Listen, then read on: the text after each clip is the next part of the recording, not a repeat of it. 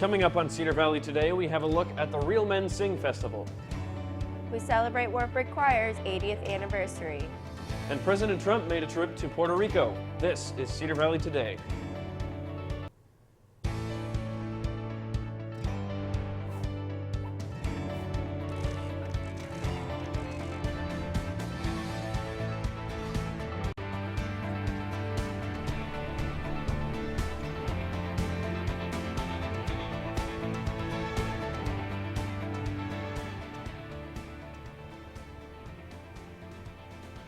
Good morning and welcome to Cedar Valley Today. I'm Sam Sides. And I'm Alyssa Edwards. Rudacor is celebrating its 6th installment of Real Men Sing. On Saturday, October 7th, more than 700 male singers will join in a day of singing and voice masterclasses at the annual Real Men Sing Festival at Wartburg College. The festival is designed to energize singers and their music programs, drawing in participants from around the Midwest, both middle schoolers and high schoolers. The guest choir this year is Central Standard, a barbershop chorus from Kansas City, hosting a masterclass and performing during the final concert. It's just a really inspiring for those students, an experience that they can take home with them throughout the year and say, wow, this is what singing is all about, and inspire them to keep singing throughout their careers. The finale concert will happen at 5 p.m. in Newman Auditorium. You can catch that on Night Vision. This year, the Wartburg Choir is hitting a big milestone. Cedar Valley Today's Josh Boyd has more. The choir's homecoming. This year, the Wartburg Choir is celebrating its 80th anniversary. In order to celebrate the anniversary of the World Traveling Choir, they decided to do something special over homecoming weekend. We will have our normal Sunday homecoming concerts. This has been a tradition for a long time. So in the afternoon, we will start in the chapel and our choir will put on a concert. But as a little bonus for the 80th anniversary, we will then move right over to Newman Auditorium where we will have the 80th anniversary alumni choir perform, which will be us, the current choir, and then any alums who are back, and we'll perform a variety of pieces over there to finish out the dual concert afternoon. All alumni who were involved in the choir have been invited to come and join them on stage for the weekend. Dr. Lee Nelson, director of the choir, reckons that the combination of the current choir members and the alumni combined means that there will be about 230 people on stage. But equally as special is that some of these alumni will be able to sing under one of the former directors, Dr. Fritschel. We're singing a piece by Dr. Fritschel called In Peace and Joy I Now Depart, which is one of his signature pieces, which will be very special because we'll get to sing it under the conducting of Dr. Fritschel. Nelson hopes that the performances inspired from the past will bring out the nostalgia in everyone who is coming back to celebrate the anniversary. It's that feeling if you've been away from home for a long time and you finally come back and are with that core group of people that have meant so much to you. It's that sense of welcoming and that sense of homecoming and that sense of belonging takes place again. And I think that's what our alums will be feeling. Reporting for Cedar Valley Today, I'm Josh Voigt. The choir's homecoming concert will take place on Sunday, October 15th at 3:30 p.m. in the Wartburg Chapel, with the alumni choir concert to follow. Admission is free. And now, Sam, how's the 4-day forecast look? Well, I hope you own an umbrella because you're going to need it over the next few days. Starting off with today, not really much of a chance of rain. It's going to be partly cloudy with a high of 70 degrees, going to stay in that nice warm area. Then moving on through the week, chances of thunderstorms tomorrow and Friday. It's going to sit in the 65, 62 degree range. And on Saturday, the lightning and thunder goes away, but the rain remains. So just prepare yourselves for that. President Donald Trump traveled to Puerto Rico yesterday to meet with officials and victims of Hurricane Maria. The trip comes amid some criticism that the federal government isn't doing enough to help the citizens of the American territory. CNN's Natasha Chen has the story from San Juan. Shortly after landing in San Juan, Puerto Rico, President Trump and the First Lady met with people whose homes were ruined in the wrath of Hurricane Maria. Mr. Trump also met with first responders and local officials, thanking people like Puerto Rico's governor, who praised the federal response. Your governor has been, who I didn't know, I heard very good things about him. He's not even from my party, and he started right at the beginning appreciating what we did. In the room was the mayor of San Juan, who initially criticized the administration for its rosy portrayal of relief efforts. That prompted President Trump to tweet over the weekend about her poor leadership. Still, Mayor Carmen Yulin Cruz accepted the invitation to attend today and shook the president's hand. I truly believe that they finally saw the connection or the disconnect between what they were hearing on the one hand and the reality of what is happening on the ground. Do you believe that President Trump will move forward in helping you with those? Well, I sure hope so. But, you know, sometimes his style of communication gets in the way. Local residents told us they hope the visit will bring attention to their great need for more aid, but some are doubtful. What expectations do I have of President Trump? Not many. First, we're very grateful. But we are as grateful as people from Louisiana should be, or as people from Houston should be, or as people from Florida should be. We're American citizens. In San Juan, Natasha Chen reporting. To donate to the relief efforts of Hurricane Maria or any of the other recent hurricanes, visit the American Red Cross website at redcross.org. When we come back, we'll be looking at McDonald's bringing back a special sauce. Stick around. Every time I hear the alarm bell go off in school, I think it's an air raid. A lot of houses in our neighborhood have been destroyed. I like to close my ears and sing songs whenever the bombs come close. I'm worried our new neighbors won't like us. But I know it's all gonna be worth it. I just want my family to be safe. But these are not my words. These are not my words. These are not my words.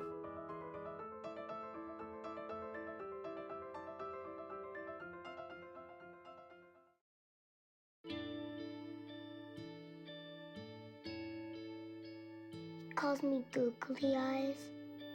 You know you're beautiful, right? You know that? Even you are beautiful. I got bullied for wearing glasses. Share if you're against bullying. We put it out there, just took off. 3 million people have shared this post. Don't let bullies get you down. I stand with you. Our whole family's wearing glasses. I wear glasses and I'm proud. I even have the army on my team. All the kind comments brought my child joy. I don't feel thank you is enough. Next.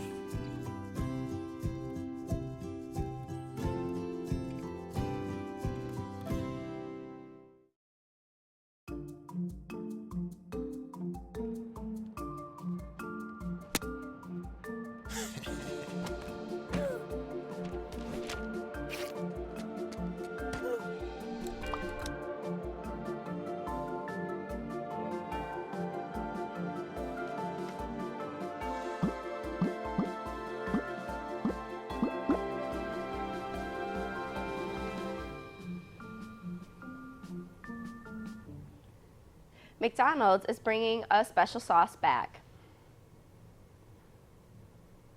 As the third season of the TV show Rick and Morty came to an end on Sunday, fans of the show can take the opportunity to have a taste of the San Juan sauce for a limited time on Saturday, October 7th around 2 p.m.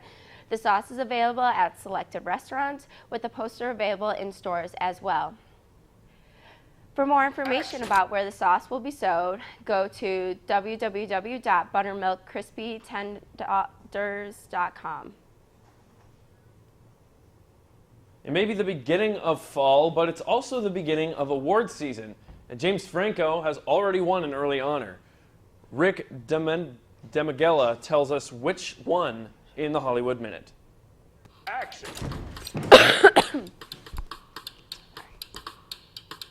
What is line? James Franco scores a win. Variety reports Franco took top honors for Best Film at the San Sebastian Film Festival for The Disaster Artist. Franco directed and stars in the movie about the making of another movie called The Room, which has been described as, quote, one of the worst movies ever made. The Disaster Artist arrives in theaters nationwide December 8th. Kiersey Clemons, currently starring in the remake of Flatliners, is slated to play the love interest of the Flash in the Justice League movie and a potential Flash standalone film.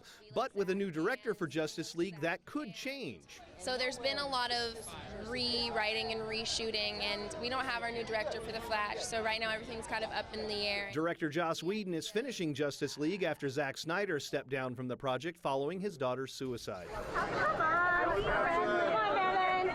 Music news, Rolling Stone says Marilyn Manson has canceled 9 dates on his current concert tour after being injured by a falling stage prop during a performance in New York City.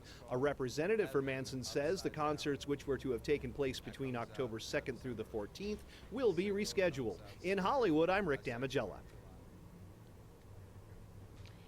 Being positive could make your flu shots better. As the song says, don't worry, be happy. According to a new study, that's not just good advice for your state of mind, but for your physical health as well. In today's Health Minute, Ken Hutcherson explains how a good mood may increase the effectiveness of your flu shot. A good mood can make you more fun to be around, and it can improve your health in a variety of ways, big and small. The Mayo Clinic says optimism not only helps you manage stress, it plays a role in cardiovascular health and even makes you more resistant to the common cold. According to a small study out of the UK, a positive attitude may also boost the effectiveness of your flu shot. Researchers with the University of Nottingham examined data from 138 people between the ages of 65 and 85. They all got a dose of the 2014-2015 influenza vaccine. Scientists took note of several health indicators like mood, stress levels, negative thoughts, sleep patterns, and diet. They also looked at antibody responses at 4 and 16 weeks after the jab. Researchers found that participants who reported a more positive mood also had higher levels of antibodies in their blood. The study's senior author said there are a variety of factors that can affect how well a vaccine works, but believes the study suggests that mood is one of those factors. The study was published in the journal Brain, Behavior, and Immunity. For today's Health Minute, I'm Kim Hutcherson. People lined up in Las Vegas to donate blood following the mass shooting at the outdoor concert in the city on Sunday. This was the scene outside blood bank services after the recent shooting in Las Vegas. You can see numerous people already lined up to donate. United Blood Bank Services has set up a second donation center in nearby Henderson. Las Vegas Police Sheriff Joseph Lombardo made a public call for blood donations during a briefing this Monday morning. Joseph Lombardo urged anyone with the ability to donate blood to help the shooting victims by donating. Overuse of antibiotics can lead to resistance, which is a deadly and growing problem. CNN's Ken Hutcherson explains in a Health Minute update. Antibiotic resistance is the ability of a given bacteria to fight off the effects of an antimicrobial drug. Instead of being killed off, the bacteria survives and continues to multiply. Antibiotic resistance means that illnesses that were once easy to treat could become dangerous infections. They can require more doctor's visits or a more expensive or more toxic kind of medicine. Sometimes drug-resistant infections can lead to death. The CDC says overprescription and misuse of antibiotics are the main culprits. So take antibiotics only when they're needed. Never pressure your doctor to prescribe them. Colds, the flu, most sore throats, most chest colds, and many sinus and ear infections are not caused by bacteria, so antibiotics will have no impact on them. Don't save antibiotics for use at a later date. If you're concerned about antibiotic resistance, talk to your healthcare provider. They can tell you whether you can get relief from your symptoms without using antibiotics. For today's Health Minute, I'm Kim Hutcherson. When we come back, we'll look at what is trending in the Cedar Valley. Take a look under your bed. Find stuff under there? What about jobs? No? Now try your closet. Still no jobs? Just more stuff? Well, you really have both. See, stuff is defined as household articles considered as a group. Sometimes this stuff is no longer needed. Wait, no longer needed? That can't be right. Because remember those jobs you were looking for? Those are really needed, and they're the stuff inside your stuff. Our job is to unlock those jobs, and it starts when you donate your stuff to your local Goodwill. Here's how we do it. When you donate to Goodwill, we sell your stuff to provide job training for people right here in your community. So just by teaming up with Goodwill, you help create jobs. And isn't that worth parting with the leftover keytar from your 80s cover band? Goodwill. Donate stuff, create jobs.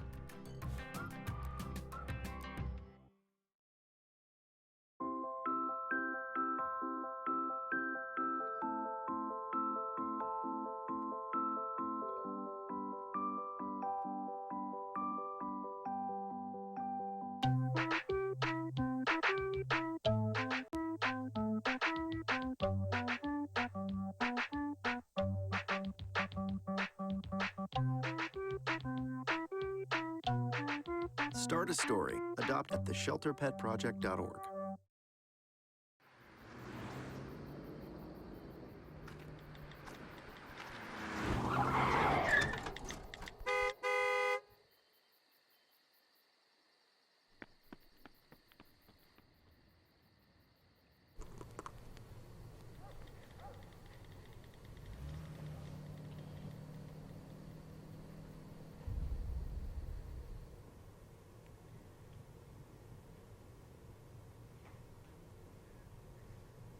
Here's what's trending in the Cedar Valley.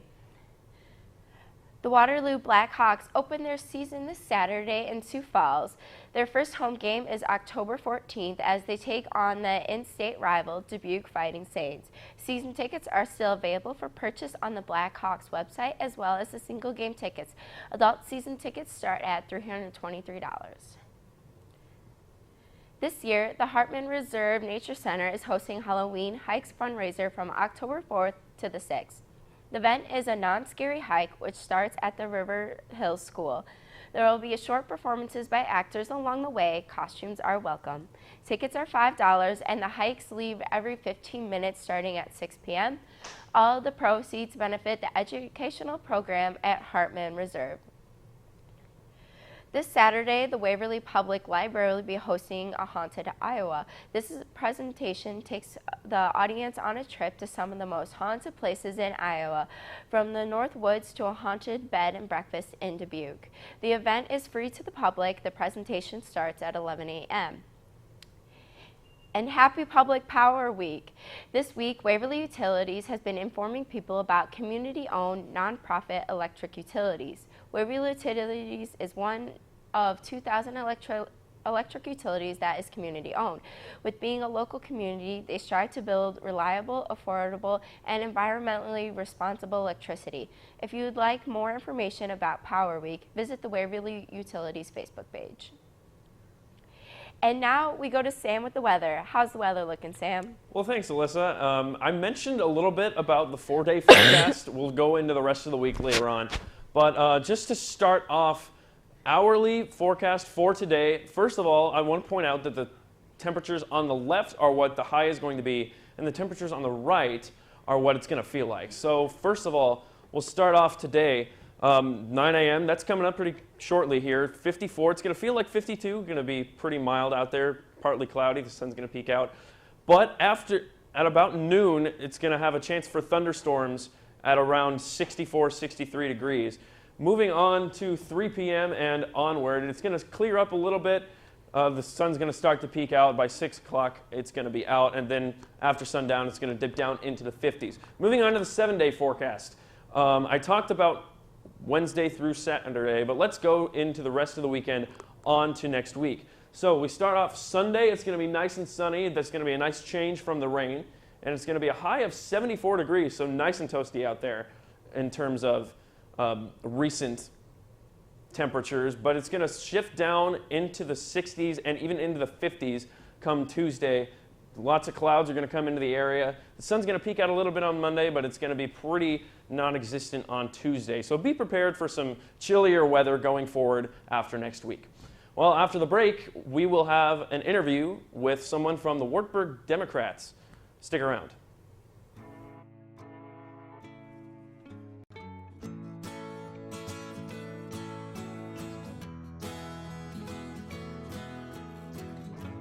Wake the sun, tell him that I've begun to dream of things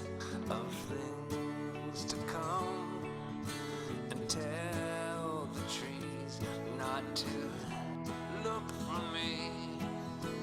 I'm going to find some peace of mind. Wake the sun, wake the sun, wake the sun, wake the sun.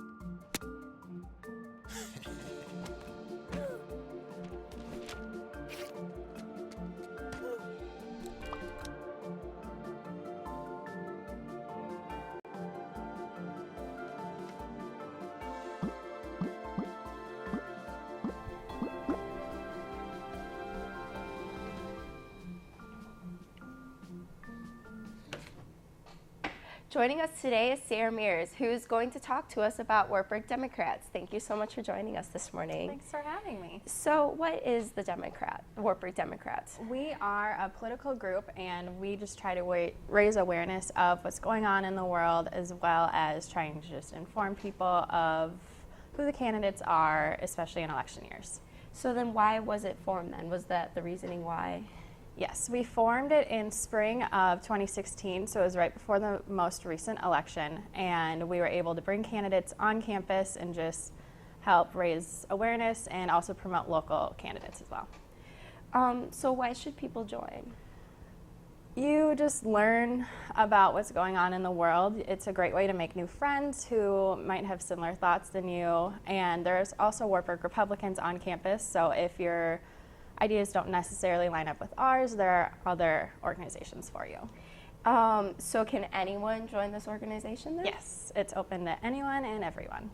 Perfect. And so I heard that you guys are having an event this Saturday. What is that about? Yep, this Saturday we are having Donuts with Dems. The executive team will be providing donuts, and it'll be in the Cedar at 10:30 on Saturday.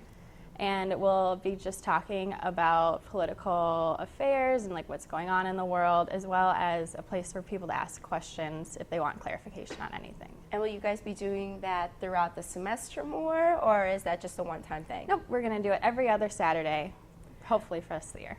Awesome. And so what else will the organization be doing throughout the year?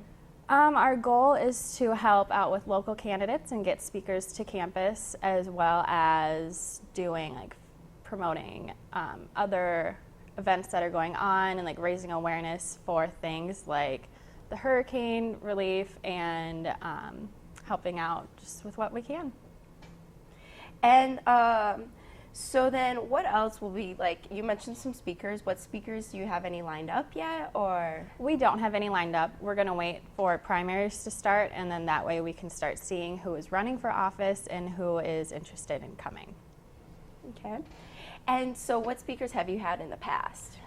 Last year we had Bernie Sanders come, we had Martin O'Malley, so 2 of the 3 Democratic candidates for president. And we also had spokespeople for Hillary Clinton come to campus last fall. Okay, awesome. And what is the process then for getting these people to come here? Is it like really hard to have them? It really just depends. Usually we have to reach out to like their local person leading, and then the local person will contact someone higher up. So it's really just luck, and typically speakers do want to come to college campuses in order to connect with students. So sometimes it's hard, sometimes it's pretty easy since they'll actually ask us to come. Awesome. And then do you have anything to say to like the students? Like what should they, why should they come again? Like, is there any special thoughts that you have for them? It's fun, it's a great way to meet people, and it's just a great way to know what's going on in your community and in the world, and just learn new things. Well, thank you so much, Sarah. Thank you. We'll be right back after the break. Every time I hear the alarm bell go off in school, I think it's an air raid. A lot of houses in our neighborhood have been destroyed. I like to close my ears and sing songs whenever the bombs come close. I'm worried our new neighbors won't like us. But I know it's all gonna be worth it. I just want my family to be safe. But these are not my words. These are not my words. These are not my words.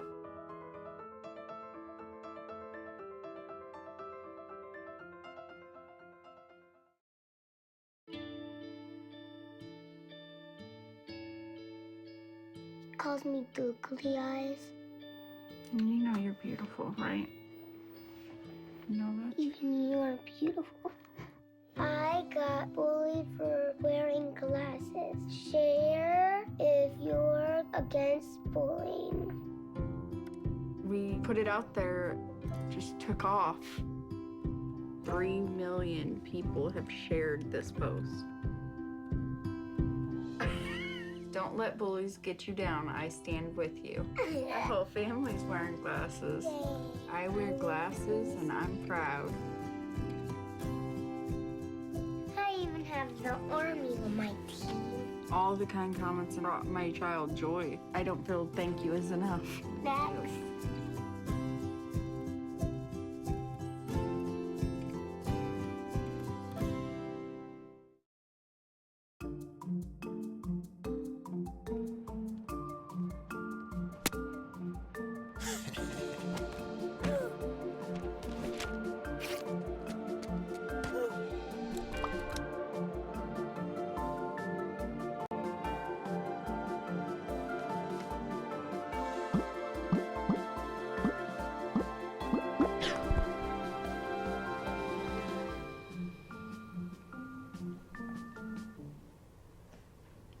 Well, this is an interesting story. A cop got some help from something a little unexpected. Check this out. Well, that stinks. A Maine skunk stuck in a sticky situation got a little help from a friendly officer. The little stinker was discovered with its head stuck in a McFlurry cup. That's when York police officer David McKinnon risked getting sprayed to help out. Once freed, the skunk appeared ready to spray, but then reconsidered and scampered off. Video of the good deed went viral immediately, racking up thousands of views. As for the officer, he made a smelly new friend. The officer said that was a first, and I certainly don't doubt it. So today's top 3 stories were: we took a look at the Real Men Sing Festival, we celebrated Wartburg Choir's 80th anniversary, and President Trump made a trip to Puerto Rico. So Sam, what are your plans for this weekend? Well, this weekend, be sure to tune into Night Vision. Wartburg Volleyball is having a big tournament. First game of that is Friday night, 7:30 p.m. Myself and Tyler French are on the call for that one. Right. So that'll be cool. And then Saturday, I will not be here. I'm going down to Kinnick Stadium for Iowa Hawkeyes homecoming, so that'll be a fun time. Well, that's exciting. So also, if you want to travel down to Central, you can watch the Wartburg College football team play that at 1 p.m. Yeah, Wartburg football undefeated so far this season, 4-0. Yep, and this is going to be a really tough game for them. There's a lot of heat for them to win, so. Yeah, homecoming week coming up. That's obviously a big deal. A lot of big stuff going on. We mentioned a little bit about the 80th anniversary of the Wartburg Choir. That's special to me personally, as I'm part of the group. So yeah, it's a big day, homecoming Sunday for them. We got our concert at 3:30, alumni concert following that. There's a dinner that I think you have to register for, but then after that, at 7 o'clock in the Lyceum, anyone is welcome to this. They're premiering the documentary from Germany. So that was our tour last year. So it'll be a good time. Yeah, that'll be exciting to watch as well.